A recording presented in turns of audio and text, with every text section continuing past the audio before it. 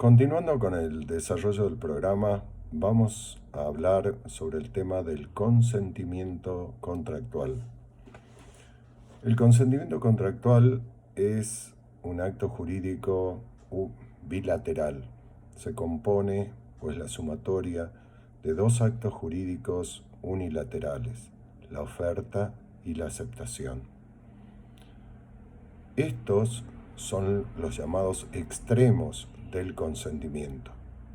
A su turno, cada acto unilateral tiene un lado interno, llamado la voluntad interna, y la exteriorización de dicha voluntad o lado externo.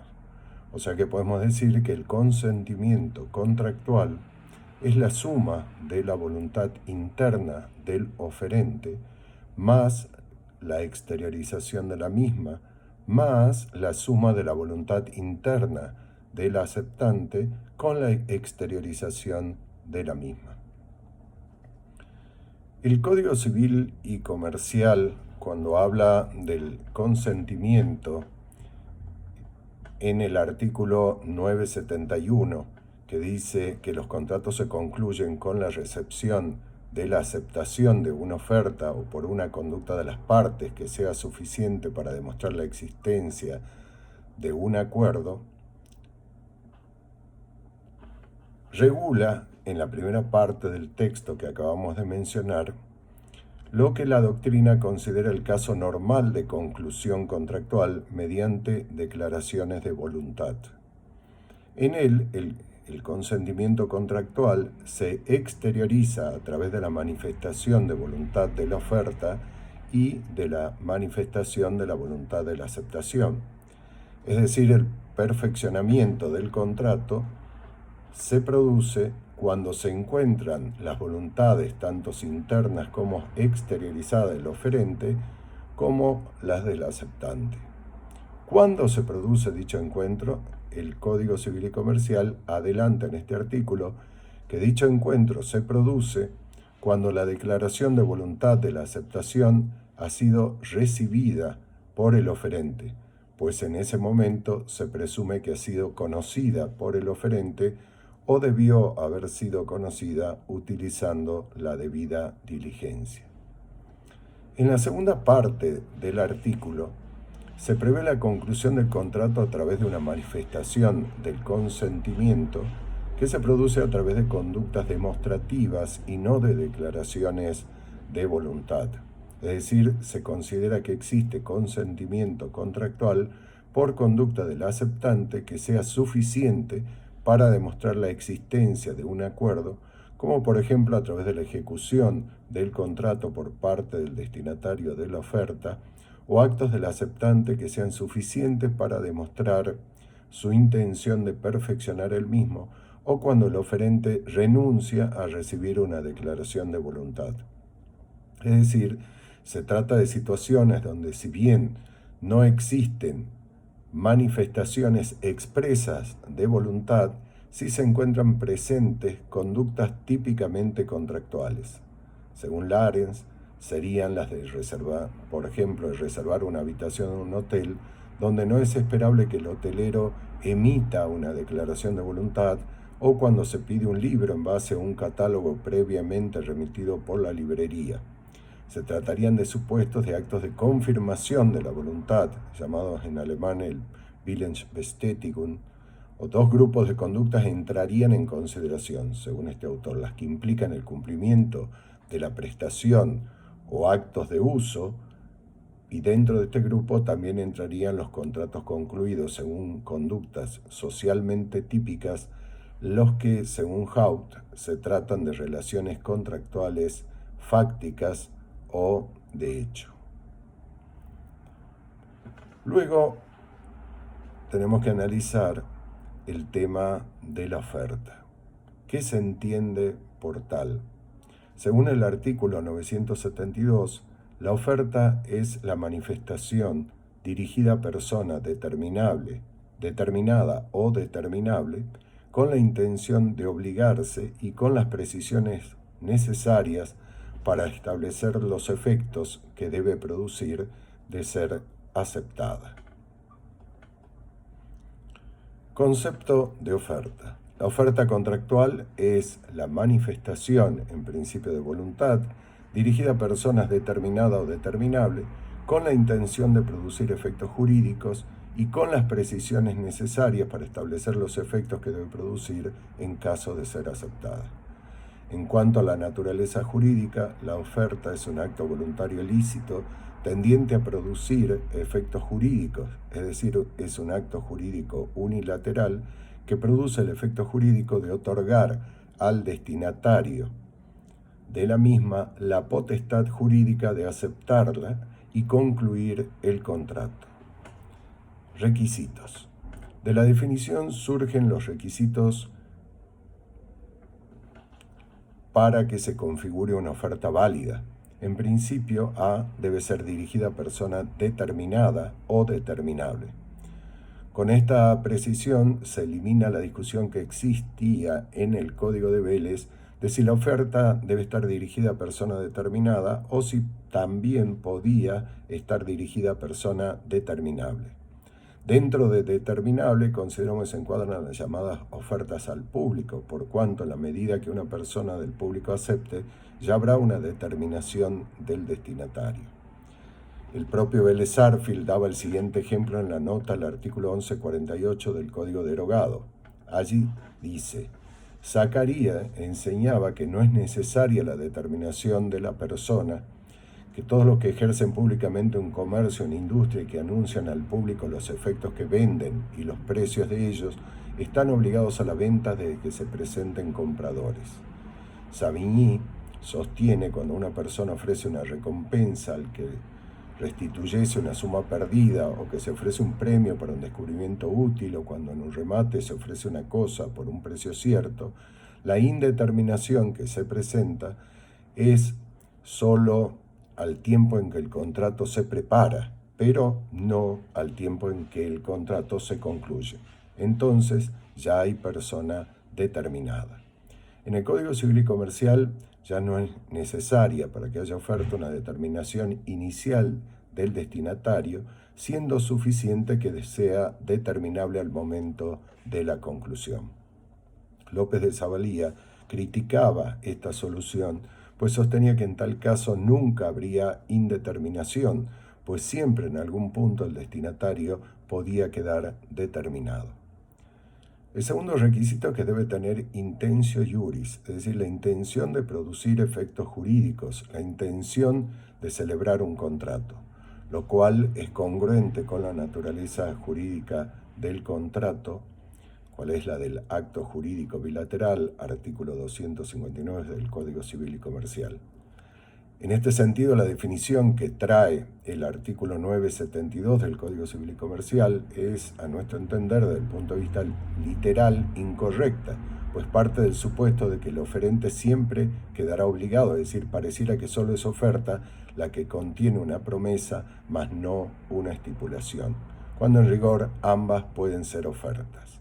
Así, por ejemplo, la oferta de ser donatario de una suma de dinero, cuando le piden a uno, por ejemplo, una limosna, literalmente no sería, según la definición del código, una oferta, porque el oferente no quiere obligarse, solo quiere que el destinatario se obligue a través de la aceptación. Lo mismo acontecería en los contratos en los cuales no emergen obligaciones principales, como en el caso de la cesión-cesión. En este sentido, el artículo 922 del proyecto de Código Civil del 98 es más preciso porque requería que hubiera una intención de contratar, que no es lo mismo que la intención de obligarse. De ser como el código lo dice en los contratos unilaterales, solo podría ser oferente lo que obligan, mas no la parte que se convertiría en acreedor.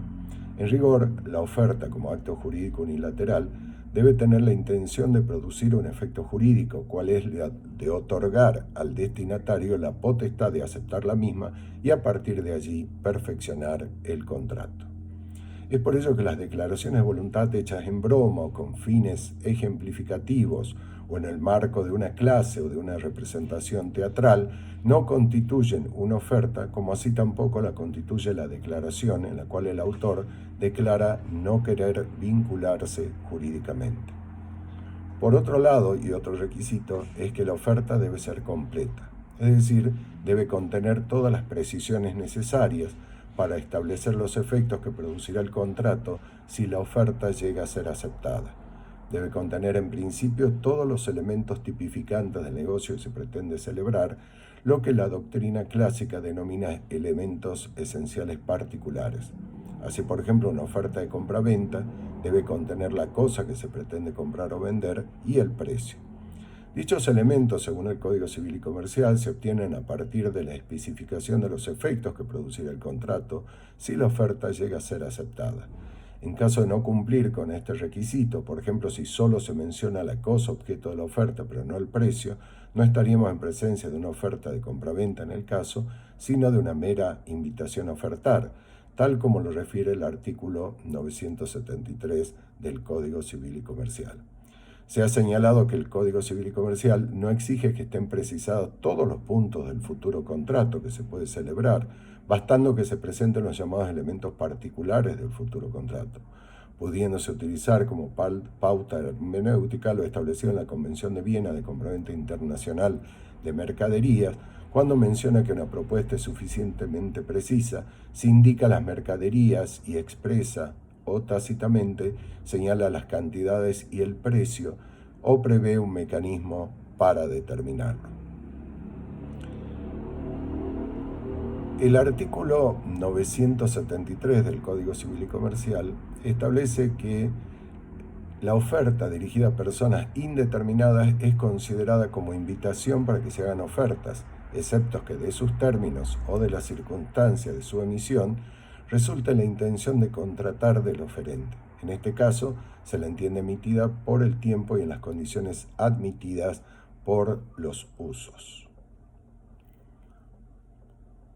El código, entonces, regula en forma parcial la llamada invitación a ofertar, que es la situación o estadio en el proceso de conclusión del contrato anterior a la emisión de una oferta.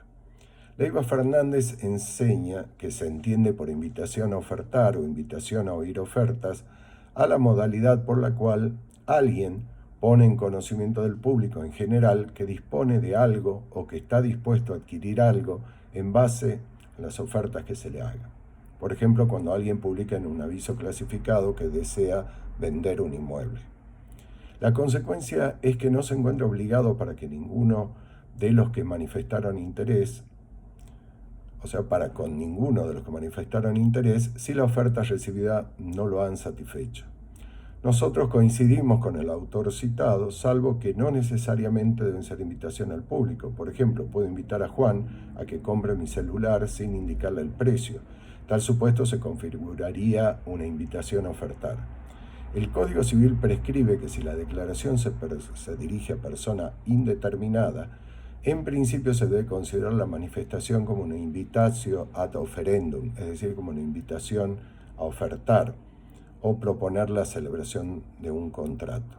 Decimos en principio porque el propio texto aclara que aun cuando el destinatario está indeterminado, se debe considerar que existe una oferta y no ya una invitación a ofertar, cuando de los términos de las circunstancias de su emisión resulte la intención de contratar del oferente. En este caso, se entiende emitida por el tiempo y en las condiciones admitidas por los usos.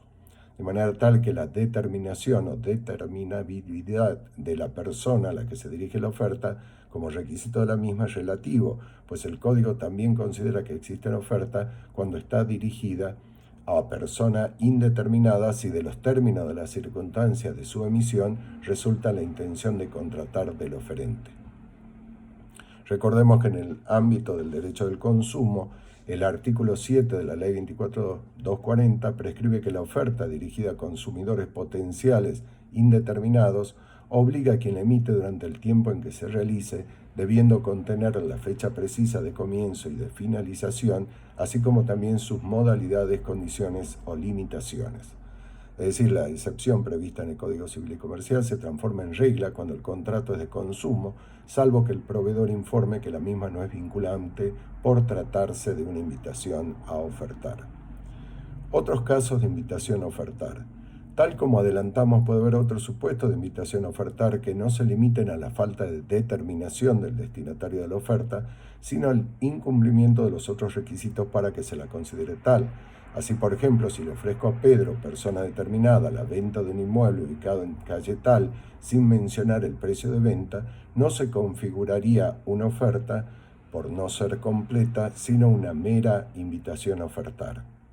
También constituiría una invitación a ofertar si la manifestación está dirigida a personas determinable o determinado o determinable, contiene todos los llamados elementos particulares del negocio, pero se aclara que la misma no debe ser considerada una oferta, es decir, si carece el requisito de la intención de producir efectos jurídicos o, como dice el código, sin la intención de obligarse, sin perjuicio, como lo señala Chamatrópolos, que los proveedores que incurran en tales conductas podrían ser acusados de incurrir en prácticas comerciales abusivas, pues a un consumidor le resultará muy difícil distinguir este tecnicismo jurídico y saber cuándo se está ofertando algo y cuándo no. Tal como lo mencionamos, la segunda parte del artículo que comentamos establece una excepción al principio establecido en la primera parte de considerar una invitación a ofertar y no una oferta cuando se dirige a persona indeterminada. Ella se presenta en los casos del artículo 7 de la Ley 24240, es decir, cuando se trata de relaciones de consumo, y en el caso de contratos paritarios, cuando de los términos de la oferta o de las circunstancias de su emisión resulte la intención de contratar del oferente. En estos casos se la entiende emitida por el tiempo y en las condiciones admitidas por los usos. Es decir, se considera que en el caso de excepción la vigencia y las condiciones serán integradas por los usos y costumbres. En cuanto a la fuerza obligatoria de la oferta obliga al proponente, según el artículo 974, a no ser que lo contrario resulte de sus términos, de la naturaleza del negocio o de las circunstancias del caso. La oferta hecha a una persona presente o la formulada por un medio de comunicación instantáneo sin fijación de plazo solo puede ser aceptada inmediatamente. Cuando se la hace a una persona que no está presente sin fijación de plazo para la aceptación, el proponente queda obligado hasta el momento en que puede razonablemente esperarse la recepción de la respuesta expedida por los medios usuales de comunicación. Los plazos de vigencia de la oferta comienzan a correr desde la fecha de la recepción, excepto que contengan una previsión diferente. En el texto que comentamos se regulan dos temas atinentes a la oferta. El primer párrafo se refiere a la vincularidad de la oferta, es decir, regula el tema de si la oferta obliga al que lo hizo, estableciendo como principio que la misma obliga desde que ha quedado perfeccionada, salvo que de sus términos, de la naturaleza del negocio o de las circunstancias del caso resulte lo contrario. Desde el segundo al cuarto párrafo, el texto regula el tema de la vigencia de la oferta. En primer lugar, establece que la oferta hecha a una persona presente o formulada por un medio de comunicación instantáneo, sin fijación de plazo, se encuentra vigente solo un breve periodo de la exteriorización o declaración, pues la misma debe ser aceptada inmediatamente por el destinatario de la misma. En caso de no hacerlo en forma inmediata, se considera que la oferta caduca. Si la oferta entre presentes o formulada por medio de comunicación instantánea establece un plazo para la aceptación, la misma estará vigente durante el plazo establecido. Al vencerse dicho plazo sin que haya sido aceptada, caducará la oferta. En el tercer párrafo, el artículo prescribe que si la oferta es entre ausente o ha sido realizada por un medio de comunicación no instantáneo, la misma se encontrará vigente, si no tuviera plazo, hasta el momento en que razonablemente puede esperarse la aceptación o la recepción de la respuesta expedida por medios usuales de comunicación. Si fuera entre ausentes y tuviera un plazo para ser aceptada, la misma estará vigente hasta el vencimiento del plazo. Por último, se prescribe que en caso de ofertas con plazo de vigencia, dicho plazo comienza a correr desde la fecha de la recepción, excepto que contengan una disposición diferente.